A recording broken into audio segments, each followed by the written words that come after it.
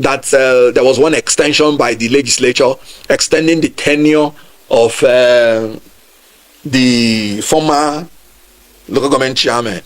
Extending. What did I say about rule of law?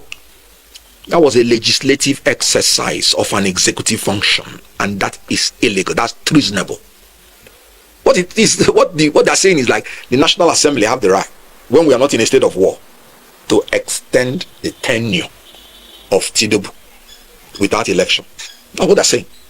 Can you see how absurd that is? One is done. You cannot replace an illegality with another illegality. I remember saying that I am not in support of Fubara then choosing a caretaker committee because it will be illegal. That the Rivers State Independent Electoral Commission must organize an election. So they have organized an election. The Supreme Court said no, they didn't follow certain procedure. So what they should just do is to go and organize another election. And then those things the Supreme Court pointed out, they will now make amends to it. And then the Rivers State will have the people of their choice governing them. So saying that the legislature extended the tenure of the guy, it's treasonable, because elected people who have tenure, now I'm telling you, another elected people who have tenure, they're extending their tenure. No, if that law is allowed to stand, what it means is that the legislature can sit down and say that they're extending their own tenure, and that they can no longer leave when their own tenure is over. So they will stay put, because you are setting a precedent. And like I told you about principles of law, when you establish a law, it has to be constant, it has to be consistent with one another. So that, for me, is a legal blasphemy. There's nothing like extension of tenure. The former local government chairman, their tenure ended, expired, and has ended. So what the Rivers State Independent Electoral Commission should do is to go back, conduct a fresh election. Guys, you need to listen to this video of what Kenneth Okonkwo said concerning Nigeria rule of law. He said that Nigeria does not practice rule of law, that they just state law and go ahead with it anyhow they want it, anyhow it wants to favor them. If you hear a real lawyer talk, you will definitely know. In case you do not know, this video has to do with the recent local government election that is conducted in Rivers State and what the court decided on the matter. Kenneth Okonkwo has just dissected this case, and you will know that the things that happen, so many irregularities are happening in Nigeria's system of law. But if you are not into the system, or if you are not guarded by the law, you will not understand it. So watch this video and hear the words of wisdom. Like, this man cleared everything exactly how it should have happened. Exactly how it should have happened instead of what we have now. Watch this video and hear what he has to say. Knowledge. People do not understand that there is a difference between law and rule of law. In Nigeria, we keep churning out laws every day. Nigeria is not lacking in laws. We have laws everywhere. More laws than even America, than any of those countries. But what we don't have is rule of law. And it's unfortunate. So when people call court, and they say rule of law, sorry, no. The court does not give you rule of law. The court gives you law. It is only when the law, because the courts give law because decided cases are part of our hierarchy of laws.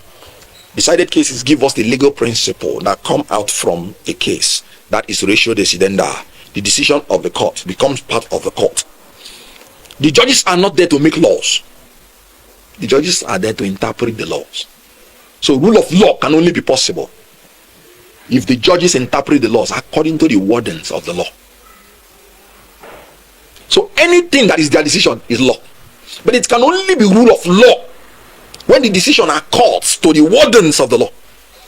When the courts use their own discretion to give judgment not in accordance with the wordings of the law, that is still law, because by our law any decision of the court is law. But that's not rule of law, because it will not be capable of performing the functions of law, which is principally to ensure orderliness in the society. For anything to become rule of law is not a system of government. Rule of law is an effective exercise, or a more effective or more better way to exercise authority.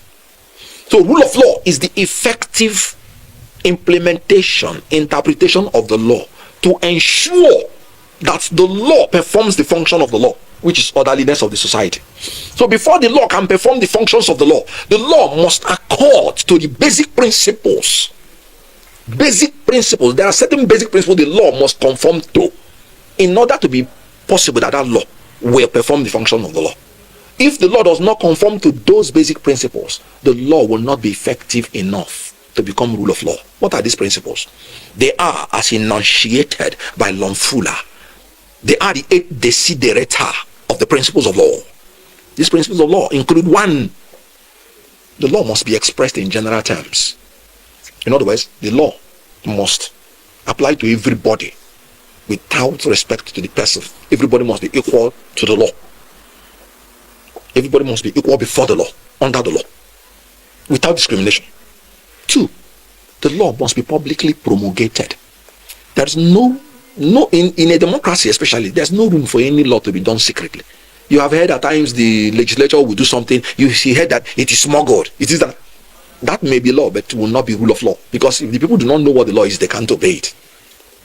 3, the law must be prospective. It cannot be retrospective, because you cannot command a man today to do something yesterday.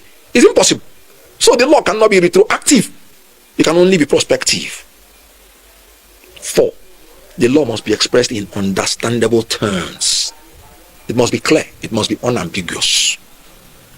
5, the law must be consistent with each other. Not coming to section 1 and say something, and coming to section 10 and say a contradictory thing. The Supreme Court must be consistent in their judgments, not giving a judgment in this case and in another case they are contradicting themselves, because one of the principles of law that can make the law to achieve rule of law is that it must be consistent with each other. The next, the law must not require a conduct that is beyond the capacities of the affected parties. When a law gives or requires a conduct that is impossible to achieve, that law can never conduce to rule of law, because we are human beings, we are limited. Then the law must be administered in accordance with the wordings of the law. I hope I've mentioned about 8 of them. The question now is, in all honesty, would you say that the Supreme Court judgments have been consistent with each other? My respectful answer is, I don't think so. The Supreme Court that said that the Plateau State House of Assembly is properly constituted by 6 members because the remaining of the other members have defected, it's still the same Supreme Court I'm hearing saying that it is an absurdity that the governor presented a budget before a 4-man House of Assembly, when it was obvious that the other 27 have defected.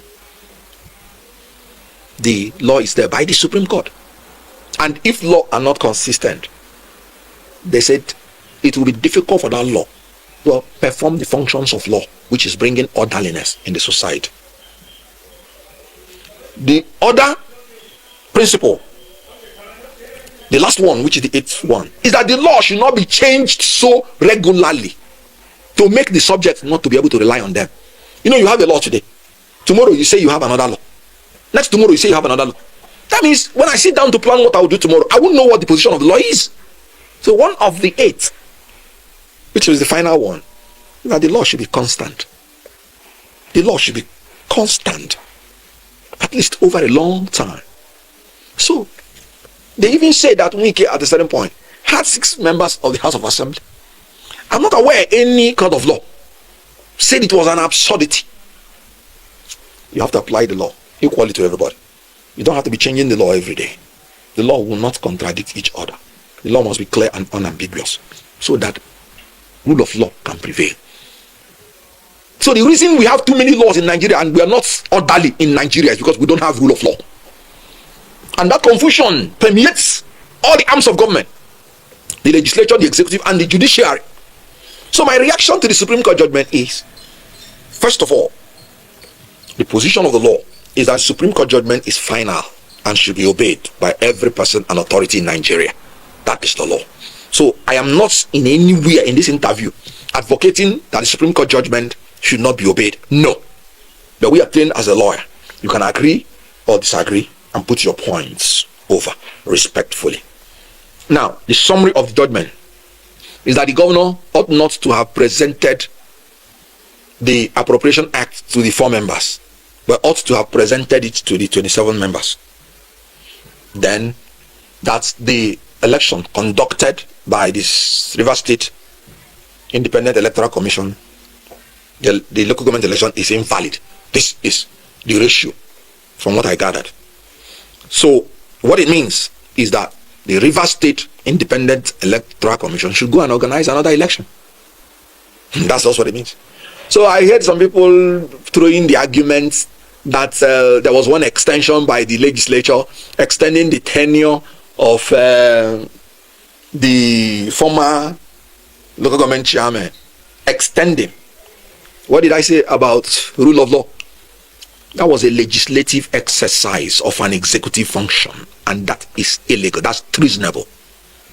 What it is, what they're saying is like the National Assembly have the right, when we are not in a state of war, to extend the tenure of Tinubu without election. That's what they're saying. Can you see how absurd that is? The courts has even struck down that portion of the something, if I can remember, as illegal. Because the legislature, you are saying you are for rule of law, and that's why I'm telling you that none of them is for rule of law. And you're saying that the legislature sat down and made law and excluded the River State people from electing their leaders in a democracy, and you say you want to continue. Why didn't you go to court to mandate the governor to organize? And it's not even the governor that organizes election, it's the River State Independent Electoral Commission. They're supposed to be independent. So why didn't you go to court to compel them to organize election? But you went to, and you say they have extended your tenure. No. When your tenure finishes, you hand over. If there is no elected person to hand over, then you hand over to the highest civil servant in that office to take charge until an election is done. You cannot replace an illegality with another illegality. I remember saying that I am not in support of Fubara then choosing a caretaker committee because it will be illegal. That the River State Independent Electoral Commission must organize an election. So they have organized an election. The Supreme Court said no, they didn't follow certain procedure. So what they should just do is to go and organize another election. And then those things the Supreme Court pointed out, they will now make amends to it. And then the River State will have the people of their choice governing them. So saying that the legislature extended the tenure of the guy, it's treasonable, because elected people who have tenure, now I'm telling you, another elected people who have tenure, they are extending their tenure. No, if that law is allowed to stand, what it means is that the legislature can sit down and say that they are extending their own tenure, and that they can no longer leave when their own tenure is over. So they will stay put, because you are setting a precedent. And like I told you about principles of law, when you establish a law, it has to be constant, it has to be consistent with one another. So that, for me, is a legal blasphemy. There is nothing like extension of tenure. The former local government chairman, their tenure expired and has ended. So what the River State Independent Electoral Commission should do is to go back, conduct a fresh election, and have the local government chairman installed by democracy. Now, the other part of it is saying that something should be represented. Well, they will sit down and look at the details of the Supreme Court's judgment and obey it. But the issue of the defection has not been treated by the Supreme Court. You can't infer. Courts and their decisions are done on issue by issue basis. If I recall, when they went to Omotosho, because that was where the case started, the issue was the appropriation bill, the appropriation law, whether it was legal to be presented to 4 members or 27 members. And the court said you shouldn't have been presented to the 4 members. Of course, I disagree with the judgment, citing the earlier Supreme Court judgment of the Plateau State, and citing the fact that laws should not contradict each other, should be consistent with one another. That's what they call judicial precedent. And citing the principle of law that will make it to be able to perform the function of law, the law should be constant I disagree with the judgment. But that does not mean that the 27 members have retained their seat, because the law is very clear. When you defect, you lose your seat. Section 109 1G. And these lawmakers defected, swore an affidavit that they have defected. Affidavit is one of the greatest instruments of law, because you swore. You can go to jail if you come and admit that you lied, because that's perjury. It's there in the court. The mere idea that they are denying that they did not defect meant an admission that they now realize that defection meant they are losing their seat. Courts check all these things. So the mere idea that they are denying they did not defect is a conclusive evidence that they know that when you defect, you lose your seat. So they have defected and they have lost their seat by law. And the court needed not to give an order before the defection is complete, because the court was not mentioned in that procedure that their seat will be vacant.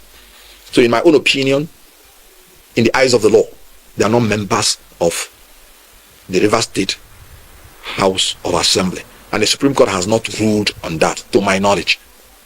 And as long as that has not been ruled on, there's still a sort of damako hanging over their neck.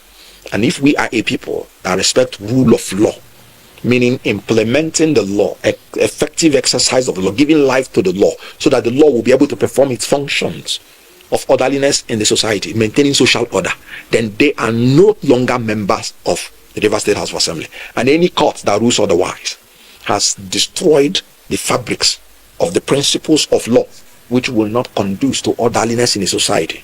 So I plead with my judiciary learned jurists, because I'm a minister in the temple of justice, and I have the duty to uphold the rule of law, that when they are giving judgment, they should please look at these principles and give judgment that are consistent with one another, that is clear, unambiguous, that does not admit a conduct that is impossible. How can you tell, for instance, a governor, for instance, that 2024 budget he has to go and represent it? That's an impossibility, because you are commanding him today to do something yesterday. It's impossible. It's against the principle of law that brings orderliness in society. So I'm appealing to them, whenever they want to make any case law, they should look at the principles of law and make sure that their decision accords with these principles, so that it can engineer orderliness in society. You see how he explained everything in a layman terms.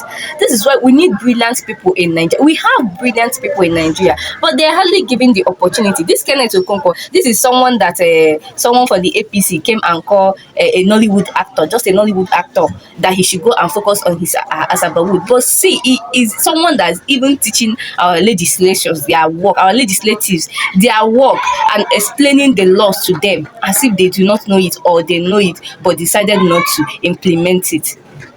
So you see, Nigerians will try to shut anybody up at any level. They will try to make mockery of you just so that you can shut up, even though you know that what you are saying is the right thing. But they will not want you to come out. They will just use for any means possible to make sure that you don't say the truth. But the truth will always prevail. That's just the thing. So guys, please share me your opinion of this video in the comment section. If you have not subscribed to our channel, please, it is very important that you do so. Also, check turn on our post notification on, so that you get notified anytime that we drop the video. Okay,